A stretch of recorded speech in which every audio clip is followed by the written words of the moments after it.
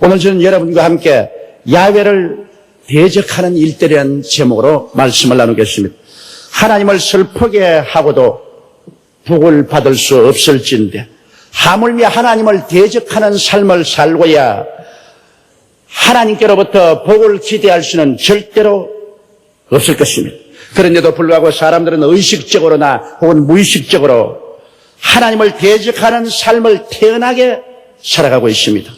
외면으로 볼 때는 참으로 하나님을 잘 믿는 사람 같은데 실상은 그렇지 못할 때가 너무 많습니다. 저는 오늘 하나님을 대적하는 삶이 어떠한 것인가를 여러분에게 확실히 말씀해 드리므로 여러분께서 혹시 모르는 사이에 하나님을 대적하는 삶을 살았으면 회개하고 돌이키는 운동이 오늘 일어나게 되시기를 간절히 바랍니다. 그러면 하나님을 대적하는 삶이 무엇일까요? 첫째로 10계명 중에 4계명을 어길 때 이는 하나님을 대적하는 일이 되고 마는 것입니다. 10계명 중 4계명은 하나님과 인간과의 관계를 규정한 명령입니다. 이 계명들을 어길 때는 하나님과의 관계의 단절을 선언한 것이 되고 마는 것입니다. 나는 하나님과 아무 관계도 맺지 않겠습니다. 나는 하나님을 대적합니다. 이 선전포고가 되는 것입니다. 여러분, 이 10계명 중에 4계명은 내 앞에 다른 신을 두지 말라고 했습니다. 결혼한 남자가 자기 아내를 보고 당신은 나 이외에 다른 남자하고 교제하지 마세요. 그건 당연한 일인 것입니다. 만일 그 아내가 자기 남편을 떠나서 다른 남자와 비밀히 교제한다면 그 남편은 그것을 발견하고 난 다음 그 여자하고 살기를 원할 사람은 아무도 없을 것입니다. 성경에도 간음한 영고 이외에는 아내를 버리지 마라. 다른 남자하고 간음한 여자는 버려도 좋다고 그렇게 말하고 있습니다. 그러면 여러분, 다른 신을 섬기는 것은 영적인 간음입니다. 하나님을 우리가 오직 한 분 섬기지 하나님 이외에 다른 신을 섬기는 것은 영적인 간음을 행하는 것으로 하나님께 반드시 버림을 받습니다. 그 행동은 하나님을 대적하는 행동이 되고 마는 것입니다. 그 다음 우상에 절하지 말라고 성경은 말하고 있는 것입니다. 하나님은 우상을 미워합니다. 하나님이 친히 택한 이스라엘 백성들조차도 가나안 땅에 데려와서 복을 주신 이후에 그들이 바알과 아세라산을 섬기자 그들을 더럽게 여겨서 아수르와 바빌론의 포로가 되어 잡혀가도록 허락해버리고 이스라엘의 강토를 황폐케 해버린 것입니다. 제가 10수년 동안 일본에 가서 복음을 전도해도 좀처럼 일본 사람들이 회개를 잘하지 않고 이미 예수를 믿는 사람도 그 가슴 속에 성령의 불이 좀처럼 떨어지지 않습니다. 그저 냉랭하게 예수를 믿습니다. 그러나 요번에 가서 제가 비로소 발견했습니다. 14년 동안 댕겨도 몰랐는데 그 사실은 뭐냐면 일본의 모든 가정에 불단이 있다는 것입니다. 그렇기 때문에 일본의 예수를 믿는 사람도 집에 불단은 그대로 가지고 있어요. 심지어는 일본에 있는 목사들까지라도 집에는 불단을 그대로 가지고 있어요. 그래서 큐슈에 있는 우리 선교사인 김일 목사님이 예수를 믿으면 집안에 있는 모든 우상재단을 무너뜨려야 된다고 그렇게 해서 우상을 무너뜨리자 일본 목사들이 들고 일어나서 일본 문화를 파괴하는 이 한국 목사는 내가 쫓아야 된다고 그렇게까지 대적을 했습니다. 그러니 일본 교회가 될 택이 없습니다. 아무리 예수를 믿어도 집에 들어가면 얼음장아지 냉정한 것은 가정에 성령의 역사가 일어나지 않습니다. 집에 불단을 가지고 가미다나를 가지고 있으면서 어떻게 예수를 섬긴다고 말할 수 있습니까? 안 믿는 자는 말할 필요 없고 믿는 자가 모두 다 예외 없이 다 불단과 가미다나를 가지고 있고 목사들조차도 집에 불단을 가지고 있으면서 목회한다는 것입니다. 이것이 오늘날 일본이 복음이 역사하지 않은 이유가 되는 것입니다. 왜냐? 우상숭배는 하나님에 대한 대적인 것이기 때문인 것입니다.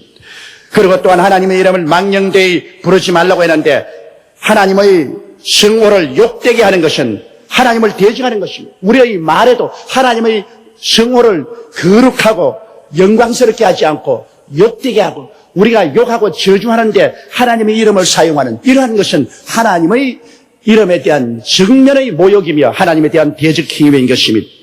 또 안식일을 거룩히 지키지 않은 것도 하나님에 대한 대적 행위입니다. 그렇기 때문에 구약시대에 보면 안식일을 지키지 않은 사람은 하나님이 죽여버렸습니다. 그건 하나님에 대한 대적으로 보았습니다. 여섯 동안 일하고 일회째는 하나님을 섬기라고 하나님 말씀하고 있는 것입니다. 그렇기 때문에 우리는 안식일을 거룩히 지켜야 됩니다. 예수님은 안식일을 주일로 변화시켰는데 이사야 58장 13절로 14절에 보면 만일 안식일에 내 발을 금하여 내 성일에 오락을 행치 아니하고 안식일을 일컬어 즐거운 날이라 야훼의 성일을 존귀한 날이라 하여 이를 존귀히 여기고 내 길로 행치 아니하며 내 오락을 굳지 아니하며 사사로운 말을 하지 아니하면 내가 야훼의 안에서 즐거움을 얻을 것이라. 내가 너를 땅의 높은 곳에 올리고 내 조상 야곱의 업으로 기리라. 야훼의 입의 말이니라고 말씀하고 있는 것입니다. 바로 안식일은 야훼의 성일이라고 말했습니다. 하나님께서 굉장히 귀하게 여기시고 이날은 하나님께서 하나님의 백성들과 만나는 즐거운 대화의 날인 것입니다. 하나님은 이날에 잔뜩 기대를 가지시고 하나님조차도 하시는 일을 다 쉬시고 이날에 주의 백성들과 만나는 것을 하나님의 유일한 목적으로 삼는 날이 바로 이 거룩한 성일인 것입니다. 이 날을 우리가 무시하고 이 날을 짓밟아버리면 하나님을 모욕하는 것이 되고 마는 것입니다. 그렇기 때문에 우리 하나님께서는 안식일을 거룩히 지켜라. 그리고 이 안식일을 거룩히 지키지 아니하면 하나님을 대적하는 것이라고 우리에게 보여주고 있는 것입니다. 이렇기 때문에 우리들은 하나님을 대적하지 않기 위해서는 10계명 중에 첫째 4계명 하나님과 인간과의 관계를 규정한 이 계명만은 철저히 우리가 지켜야 되는 것입니다. 무의식 중에 혹은 의식 중에 이것을 별로 중요하게 여기지 않아서 우리가 계명을 짓밟아버립니다. 그러면 하나님과 대적하는 행위를 하기 때문에 하나님과의 교통이 있을 수가 없습니다. 그리고 하나님의 은혜를 받을 수가 없고 이러한 삶을 사는 사람의 부러지는 기도에 어찌 하나님이 응답하겠습니까? 많은 사람들이 왜 옛날엔 하나님께서 하늘을 진동하고 땅을 진동하는 그런 큰 역사를 많이 베풀어 주셨는데 요사이는 하나님께서 왜 큰 역사를 행하여 주지 않습니까? 그런 질문을 많이 합니다. 왜냐하면 오늘날 사람들이 하나님의 나라를 찾을 때 하나님의 말씀을 쫓아 간절히 찾지 아니하고 하나님을 대적하는 삶을 무의식 중에 살고 있기 때문에 우리의 기도가 힘이 없어지는 것입니다. 하나님과의 올바른 관계가 맺어지지 않는데 여러분 하나님의 역사가 우리 가운데 크게 나타날 수가 없는 것입니다. 둘째로 하나님을 대적하는 행위는 우리가 그렇게 생각하지 않지만은 하나님은 그렇게 생각하는 것이는데 11조와 헌물의 도적질인 것입니다. 그게 그렇게 중요하냐고요. 여러분 성경 말라기에 보면 하나님께서 내게로 돌아오라. 그래야면 나도 너희에게로 돌아가리라. 하나님, 우리가 뭘 잘못했기에 어떻게 해야 하나님께 돌아갑니까? 그러니까 하나님께서 너희가 11조와 헌물을 도적질함으로 온 나라가 내게 저주를 받아. 내게로 돌아오려면은 11조와 헌물을 드리고 내게 돌아오라고 말합니다.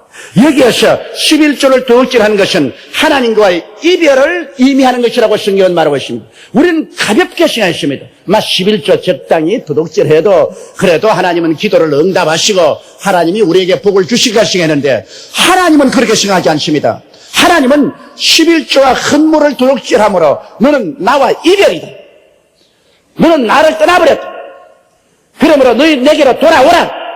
그럼 나도 너에게로 돌아가리니 어떻게 돌아올 것이냐? 도적질을 중지하고 돌아오라. 그렇게 말하십니다.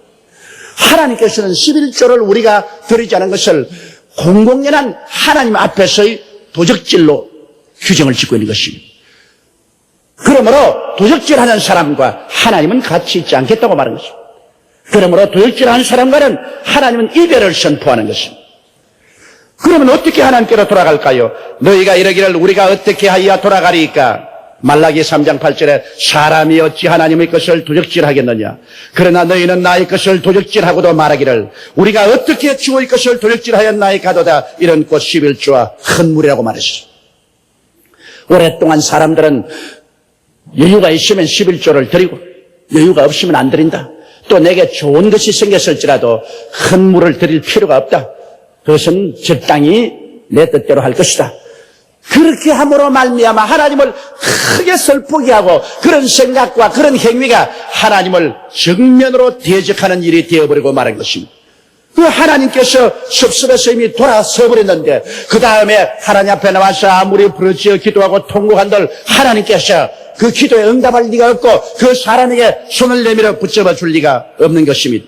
성경에는 이러한 사람에게는 심판만 있을 것이라는 것입니다. 왜냐하면 도적에게 내리는 것은 심판밖에 없습니다. 말라기 3장 9절에 너희 곧 온 나라가 나의 것을 주역질하였으므로 너희가 저주를 받았나니라 하였느니라. 하나님께서 직접으로 여러분 택한 선민입니다. 이 선민의 나라를 도적질하는 사람은 하나님이 저주를 내렸다. 그렇게 말씀을 하고 있는 거죠. 여러분 생각해 보십시오. 저주를 하는 것은 하나님께서 미워하는 사람이나 저주를 하지 하나님이 사랑하는 사람을 절대로 저주하지 않습니다. 성경은 일반 죄인도 주님께서 저주하지 아니하고 성도들은 절대로 저주하지 않습니다. 그런데 하나님께서 너희 온 나라가 저주를 받았다는 것은 11조와 헌물을 도둑질할 때는 하나님을 대적하는 것이요 도적이기 때문에 하나님께서는 아예 저주해버린다고 말했어요. 그래서 너희 온 나라가 저주를 받았다. 야, 이거 대단히 무서운 일입니다. 우리의 생각과는 너무나 하나님은 심각하게 말씀하고 계시는 것입니다.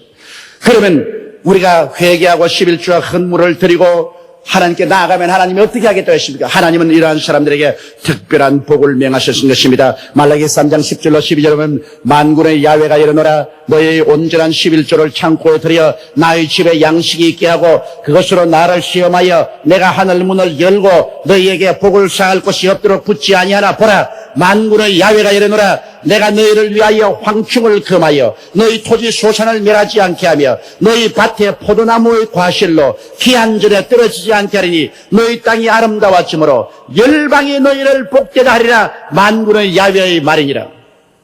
이것은 농경사회에서는 곡식을 지을 때 곡식이 끝까지 열매를 잘 맺게 해주겠다는 것입니다. 산업사회에서는 우리가 만드는 물건을 잘 만들어지고 잘 팔리게 해주심으로 온 세상 사람들이 다 우리를 보고 복되다고 칭찬할 것이라 그렇게 말했습니다. 그러면 반드시 반론이 나옵니다. 일본같이 예수를 믿는 사람이 전 국민의 1%도 잘 안 되는 나라.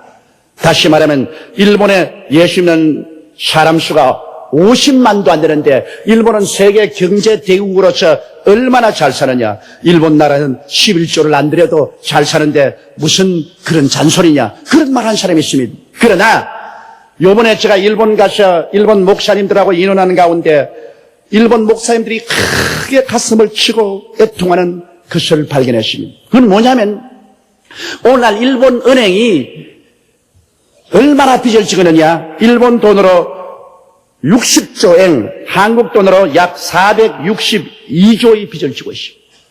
일본의 은행이 일본 사람들이 땅값이 높아졌을 때 이것을 은행에 담보로 놓고 돈을 끄집어내어서 미국에 가서 혹은 유럽에 가서 집과 골프장과 여러 부동산을 샀습니다.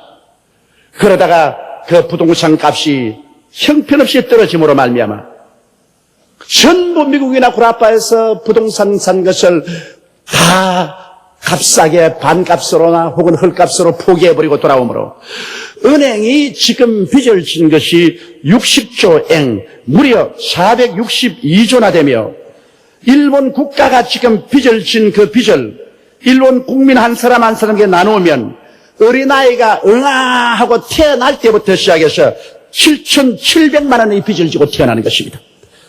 여러분 그렇게 쉽게 보지 마시고 어린아이 한 사람 태어나자마자 7,700만 원의 빚을 지고 태어나는데 일본 나라가 이 빚을 갚으려면 지금 열심히 일을 해야 10년 걸려야 이 빚을 다 갚을 수가 있다는 것입니다. 그동안에 잘 벌었다고 흥청망청 세계를 다니면 좋아했는데 11조 하나님이 계산해서 복리에 복리까지 계산해가지고 자 내놓아라. 그러니까 한꺼번에 다 내놓고 말하시죠. 은행도 빈껍데기가 되어버리고 국가도 이 막대한 빚을 짊어지고 일본 국민 전체가 무거운 빚더미 속에 들어앉아 있습니다. 그래서 일본에 일어난 이 오늘날 어려운 경제적인 현실이 쉽게 해결될 기미가 없습니다. 이러기 때문에 일본 목사들이 저와 함께 모여서 기도회를 갈 때 탄식을 합니다. 우리 일본이 교만해졌다. 일본이 하나님을 믿지 아니하고 하나님을 찾지 아니하므로 하나님께서 일본에게 안 바친 11조를 다 계산해서 청산에 가버렸었다. 이제 이 빚을 일본 힘으로 갚기는 너무나 벅차다.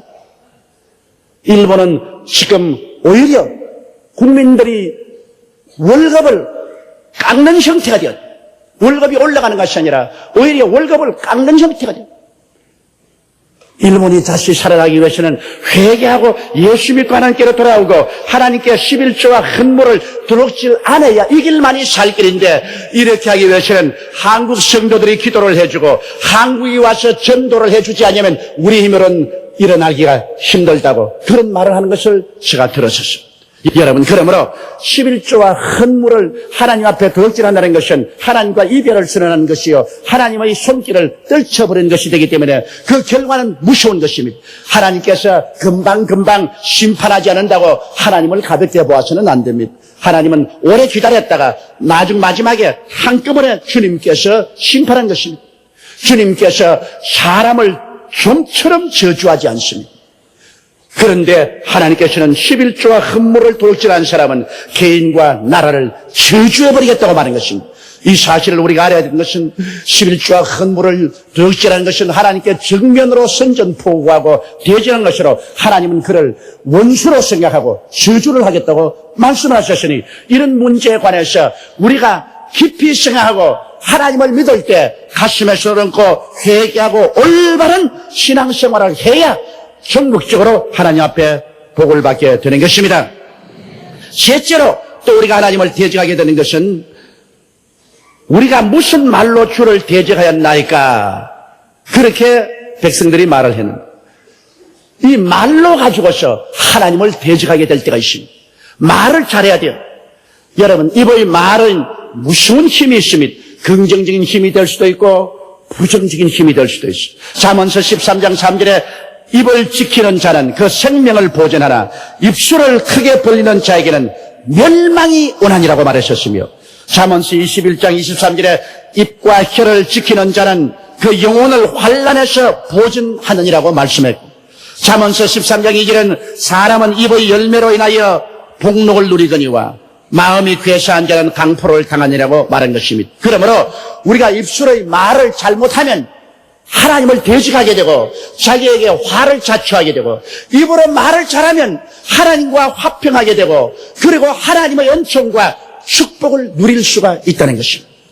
그러면 하나님을 대적하는 말이 어떤 것일까요? 오늘 성경은 말하기를 하나님을 섬기는 것이 헛되다. 이 말은 하나님을 대적하는 것이라는 것입니다. 다시 말하면 하나님의 계명을 지키고 늘 회개하고 눈물을 흘리며 자복하고 그렇게 하는 것이 헛된 일이다. 그러므로 그런 독실한 신앙 갖지 말라. 하나님을 섬기는 것이 헛되다. 이렇게 말하는 것은 그 말로서 하나님을 정면으로 대적하는 것이라는 것입니다. 이러기 때문에 하나님 섬기는 것이 헛되다, 예수 믿는 것이 헛되다, 이런 말은 정면으로 하나님을 대적하는 말인 것입니다. 그리고 또 현실적 세상 삶에서는 교만하고 자기 자랑도 하고 해야 복을 받는다. 그저 교만해야지. 요사이는 자기 선전 시대니까 자기 선전하고 자기 자랑하고 우쭐대고 이렇게 해야 남도 알아주고 복을 받는다. 그리고 악을 행해야 창성하지 의롭게 사는 것은 손해가 난다. 어떻게 이 세상에 의롭게만 사느냐. 그러므로 그저 수단끝 악을 행해야 된다. 그래야 잘 살지. 의롭게 사는 것은 손해난다. 그런 바보짓 하지 마라. 그리고 하나님을 시험하는 자가 복을 면한다. 즉 다시 말하면 우리 하나님 앞에서 적당히 하나님을 팔아가지고서 온 하나님을 이용해서 내 구복을 채우고 부귀영화를 누리는 그것이 좋다. 예수를 믿더라도 지독히 하나님 중심으로 믿지 말고 그저 하나님 팔아가지고서 돈도 벌고 명예도 얻고 부귀도 얻고 영화도 얻어야 되는 하나님을 이용하라. 이것은 사탄이 예수 그리스도를 광야에서 만났을 때 꿰은 말입니다. 이 돌들로 변하여 떡덩이가 되어서 먹게 하라. 네가 하나님 아들이요 하나님 권능이 거들랑 수단과 방법을 가리지 않고 구복을 취하라. 수단과 방법 가릴 게 있나? 하나님 능력에 의해서 너 구복만 취하면 될 것 아니야? 그 다음에는 높은 뼈중탑 위에 올라가서 밑에 있는 수많은 군중들이 예배 왔을 때 여기에서 뛰어내려라. 하나님의 능력을 이용해서 네가 뛰어내려서 발이 돌에 부딪히지 않고 사풀이 내리면은 온 사람들이 너를 추앙할 것이 아니냐, 너를 따라갈 것이 아니냐. 그러므로 하나님 이용해가지고서 너희 명예를 얻어라, 영화를 얻어라. 그리고 하나님 이름 이용해서 마귀에게 절하더라도 권력을 얻어라. 이러한 것이 사탄의 시험인 것입니다. 이게 바로 하나님을 시험하는 것입니다. 예수님께서 내 하나님을 시험치 말라고 했었습니다. 말로서 여러분 이런 말을 할 때 하나님께 대한 대적인 것입니다. 예수 믿어도 헛것이다. 아직까지 이 세상에 적당하게 둥글둥글하게 세상적으로 사는 게 좋다. 뭘 이 세상에 의롭게 살고 진실하게 살 것이냐. 이것은 하나님께서 다 듣고 계십니다. 하나님 믿어도 헛되다는 것. 이건 말로서 하나님을 정면으로 대적하는 것이기 때문에 장난이라도 이런 말 하지 말아야 되는 것입니다. 꿈에라도 이런 말 하지 말아야 되는 것입니다.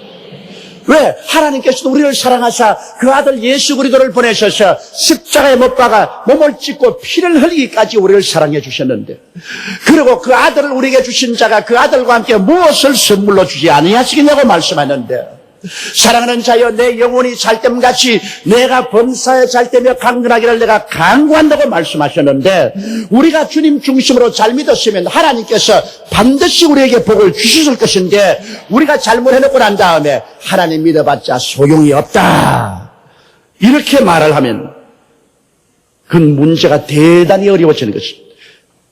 여러분, 성경에는 하나님께서 하나님을 잘 섬기는 사람을 어떻게 하겠다고 공적으로 선언을 했었습니다. 하나님께서는 하나님을 잘 섬기는 자는 하나님의 기념책에 반드시 기록하겠다고 말하셨습니다. 말라기 3장 16절에 그때 야훼를 경외하는 자들이 피차에 말하며 야훼께서 그것을 분명히 들으시고 야훼를 경외하는 자와 그 이름을 존중히 생각하는 자를 위하여 야훼 앞에 있는 기념책에 기록하셨나니라. 하나님께서는 고넬료의 가정에 베드로를 보내서 구원시키려고 천사를 보냈을 때 천사가 말했습니다. 고넬료야, 네가 열심히 기도하고 많이 구제한 것이 하나님에게 기억한 바가 되었다고 말씀하는 것입니다. 하나님은 우리에게 무관심하게 되는 것이 아닙니다. 우리의 일거수일투족을 바라보시고 하나님을 중심으로 잘 섬기는 자의 그 선행을 주님께서 기록해 놓겠다고 말한 것입니다. 그러고 난 다음에 하나님께서 그냥 기록만 해놓고 있을 것이냐? 아닙니다. 그 사람에게 때가 오면 특별한 대우를 하겠다고 말씀한 것입니다. 하나님의 특별한 대우란 말라기 3장 11절에 만군의 야훼가 이르노라 내가 나의 정한 날에 그들로 나의 특별한 소유를 삼을 것이요 또 사람이 자기를 섬기는 아들을 아낌같이 내가 그들을 아끼랴. 하나님이 특별한 소유물로 그 사람들을 정하고 때가 오면 하나님이 축복을 해주되 자기를 섬기는 아들을 사랑한 같이 사랑하리라. 여러분, 아들이 많아도 부모를 잘 섬기는 아들을 사랑하지 부모를 잘 섬기지 않은 아들을 덜 사랑할 것입니다. 하나님도 같아요. 하나님을 잘 섬기는 사람은 자기가 우리를 사랑하시되 부모를 잘 모시는 아들을 사랑한 같이 사랑할 것이라고 말한 것입니다. 그리고 난 다음에 누가 복된 자인가를 하나님은 명명백백하게 보여주겠다고 말씀한 것입니다. 말라기 3장 18절에 그때 너희가 돌아와서 악인과 의인이며 하나님을 섬기는 자와 섬기지 않은 자를 분별하라. 너희가 분명히 눈으로 보도록 내 만들어 놓겠다. 악인은 어떠며 의인은 어떠며 하나님을 섬기는 어떠며 하나님을 섬기지 않는 어떤가를 내가 분명하게 사람들에게 눈으로 보도록 만들어 주겠다. 너희들이 지금 입으로 하나님을 섬기는 것이 헛되다고 말하고 악을 행하는 자가 상승한다고 말하고 하나님을 시험하는 자가 복되다고 말하니 어디 두고 보자. 내가 반드시 정한 날에 의인과 악인이며 하나님을 섬기는 자와 섬기지 않는 자가 어떠하라는 것을 분명하게 분별해서 보여주겠다고 말씀한 것입니다. 그러므로 우리는 본의 아니게 하나님을 대적하고 우리의 삶에 하나님의 심판과 저주를 받게 될 때가 많이 있습니다. 그리하고도 왜 내게 이와 같은 저주가 되고 오는 지를 깨닫지 못하고 탄식할 때가 많습니다. 우리는 하나님을 잘 믿고 열심히 섬길수록 하나님의 진실한 뜻을 깨달아 하나님을 기쁘시게 하는 삶을 살아야만 하는 것입니다. 이러기 때문에 오늘 여러분은 만일 대적하는 삶을 살았었으면 우리는 진실로 가슴에 손을 얹고 회개하고 자복하고 우리의 삶을 하나님 뜻에 세우는 일을 해야만 되겠습니다. 그러면 우리가 부르짖기 전에 하나님이 응답하시고 우리가 외칠 때 하나님께서 내가 여기 있다 하실 것입니다. 그 오른팔의 능력으로 우리를 이끌어내어서 만인 앞에 하나님을 섬기는 자가 어떠한 것을 하나님이 증명하여 주실 것입니다. 우리 다 같이 고개 숙여 기도드리겠습니다.